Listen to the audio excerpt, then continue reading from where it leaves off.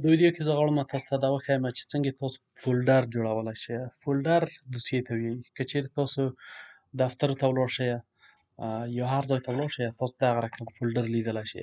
په یو فولډر کې مختلف اسناد ایښودل شوي. په کمپیوټر کې تاسو دغه رقم زیړ فولډر لیدلی شئ. صحیح شو.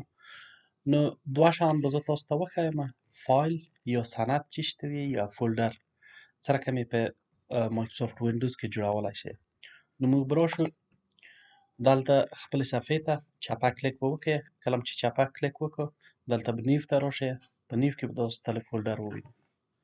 فولډر چې راغله اول چې هر فولډر سي د هغه نوم نیو فولډر وي. نو تاسو په دې فولډر ته دلې ورکړئ مثلا د کمپیوټر لرنینګ دا د تاسو فولډر شو یا دوسیه شوله. صحیح شو. دوسیه به راوړئ په دې ځای کې به کښېږدئ. بیا به راشئ تاسو یو څو دانې سندونه به جوړ کړئ. چپه کلیک به بیا وکړئ. انزرت باندې به کلیک وکړئ. په انزرت هم چې کلیک کړو دلې مختلف فایلونه دي. مثلا مایکروسافټ اکسس دی. دا به راغلو دې ته راولئ مثلا سکول لایبرري یا د مکتب کتابخانه نوم ورکړئ. مثلا بل راولئ بیا په نیو باندې کلیک ور وکړئ. مایکروسافټ ورډ راولئ مثلا دې ته ورته نوشته کړئ چې سمینار. یو بل فایل یا یو بل سند جوړ کړئ په مثلا په مایکروسافټ پاور پوینټ کې په دې کې جوړ کړئ چې منثلی ریپورټ. دا هم چې کله نوشته کړل دا درې د تاسو فایلونه شول. تاسو دا ټول دغه رقم انتخابولی شئ. چپه کلیک به وکړئ ټول انتخابولی شئ او یا هم دانه دانه یو یو انتخابولی شئ. کله چې دا فایل انتخاب کړو او وبخښئ ښه نو مثلا د فایل ته راغلی دا په دې غوږ ونیسئ او چپه کلیک په کلک ونیسئ او کش به یې په فولډر کې به واچوئ. په همدې رقم دا د ورډ فایل راولئ. په همدې رقم به دا د پاور پوینټ فایل راولئ. صحیح شو. دا چې اوس راولئ نو دا فایل به خلاص کړئ. ډبل کلیک چې پرې وکړئ دا فایل د تاسو خلاصي. صحیح شو. دا چې خلاص شو د تاسو په دغه دوسیه یا د کمپیوټر په لرنینګ په دوسیه کې دغه منثلی ریپورټ دی، سکول لایبرري ده او سمینار دی. تاسو کړلی شئ د دې فولډر په داخل کې نور فولډرونه هم واچوئ او نور فولډرونه هم په دې کې ځای په ځای کړئ. صحیح شو. بله مهمه موضوع چې ده هغه دا ده چې تاسو په فولډر باندې چې ور کلیک کړئ په دې ځای کې مستقیم اوپن پرې ور ویلی شئ دا فولډر خلاصولی شئ او یا ډبل کلیک پرې وکړئ. صحیح شو. را به شو د فولډر پراپرټۍ ته. پراپرټۍ مشخصاتو ته وایي چې په دې باندې ور کلیک کړئ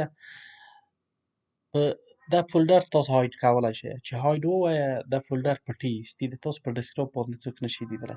صحیح شو. تاسو رید آنلی انتخابولی شئ یعنې هر څوک فولډر خلاصولی شي مګر تغییرات نشي کې راوستلی. دا بله مهمه موضوع ده.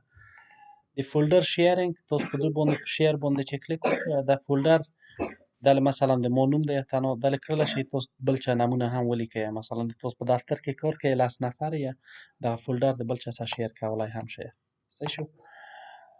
سکیوریټي دغه فولډر ته اوس څوک لاسرسی لري. د دې په خاطر چې دا کمپیوټر د ما دی زه لاسرسی ورته لرم او زه کوم رقم کنټرول پرې لرم په دې باندې زه فول کنټرول پرې لرم. تغییرولی شم، رید او اکزیکیوټ کولی شم، د فولډر کانټینټ لیست کولی شم، رید کولی شم او لوستلی شم.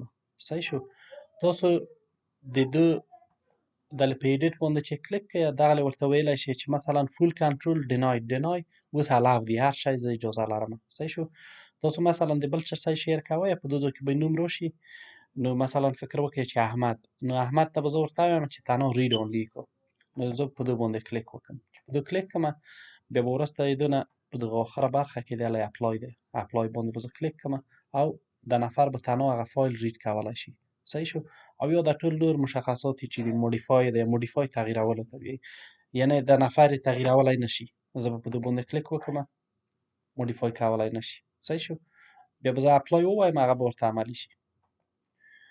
بل مهمه خبر دا ده چې پریویس ورژن که چیرې د دغه فولډر یا د دغه سند مختلف هغې وي چاپونه وي یا مختلف نمونې وي اوله نمونه دومه درېیمه څلورمه نمونه د دوی هیستوري یا تاریخچه هم دلته لیدلی شئ. او کسټمایز باندې چې کلیک کړئ په کسټمایز کې تاسو د دغه فولډر شکل تغییرولی شئ. دغه چینج آیکن چې ووایه په دې کې تاسو د دوی شکل ورته تغییرولی شئ. مثلا تاسو دغه ته اوس یې زیړ رنګ دی تاسو دغه د کوېشن مارک ورکړئ دا به اوکې کړئ. صحیح شو. دا هم چې اوکې کو او بیا به د دغه صفحې په اخر کې دله اپلای ووایئ. اوکې به یې کوئ. نو ګورئ د تاسو د فولډر اوس هغه د آیکان شکل کوېسچن مارک شو، دغه زیړ حالت نه وغوښتو. بیا به ورشئ چپه کلیک به پرې وکړئ، پراپرټي ته به ورشئ، کسټمایز ته. کسټمایز ته چې راغلئ چوز ا فایل ټو شو ان د فولډر آیکان. تاسو د دې په ځای باندې چې کوېسچن مارک راشي تاسو یو فایل انتخاب کړئ چې هغه دلته د فولډر په شکل باندې وښیي. صحیح شو؟ چوز فایل. نو بیرته به راشئ کمپیوټر بیسیکس چې زموږ خپل کمپیوټر لرنینګ دی. نو بیرته به راشئ ډیسکټاپ ته. ډیسکټاپ ته چې راغلئ کمپیوټر لرنینګ بر پیدا کړئ. صحیح شو؟ دله دو په خاطر باندې چې د موږ د فایلو تنها باید تصویر وښیي. صحیح شو؟ موږ تصویر په دې ځای کې نه لرو. زه به راشم ډیسکټاپ ته. ډیسکټاپ ته به راشم په دې ځای کې موږ مثلا دغه تصویر دی دلې دا تغیر موجود دی. نو دا چې کله انتخاب کو دا به زه اپلای کړم. اوکې به یې کړم. او د دې په خاطر چې دا تصویر دلې په هغه کې نشته دی دا نشي ښودلی. صحیح شو؟ زه به دا تصویر واخلم، تصویر به خپله په فولډر کې واچوم. دا هم چې کله په فولډر کې واچوه تاسو به اوس ووینئ چې پکچر 1 په دې ځای کې راغله تیار که نه. نو زه به بیرته راشم چپه کلیک به پرې وکړم، پراپرټي ته چې راغلم کسټمایز ته به راشم، چوز فایل او پکچر به انتخاب کړم. صحیح شو؟ دا به بیا اپلای کړم ورته او اوکې به یې ووایم. نو هر وخت چې تاسو کله کمپیوټر چلانوئ د تاسو پکچر به هلته د کوېسچن مارک په ځای باندې ورته ښودل کېږي. صحیح شو؟ راشئ د دو فولډر په منځ کې به یو څو نور فولډر هم جوړ کړو. چپه کلیک به وکړئ، په نیو باندې به ورشئ. نیو ته چې ورغلئ د تاسو د فولډر به انتخاب کړئ. دله بیا یو خالي فولډر راغله. نو دې ته به نوم ورکړئ چې لیسن 1. صحیح شو؟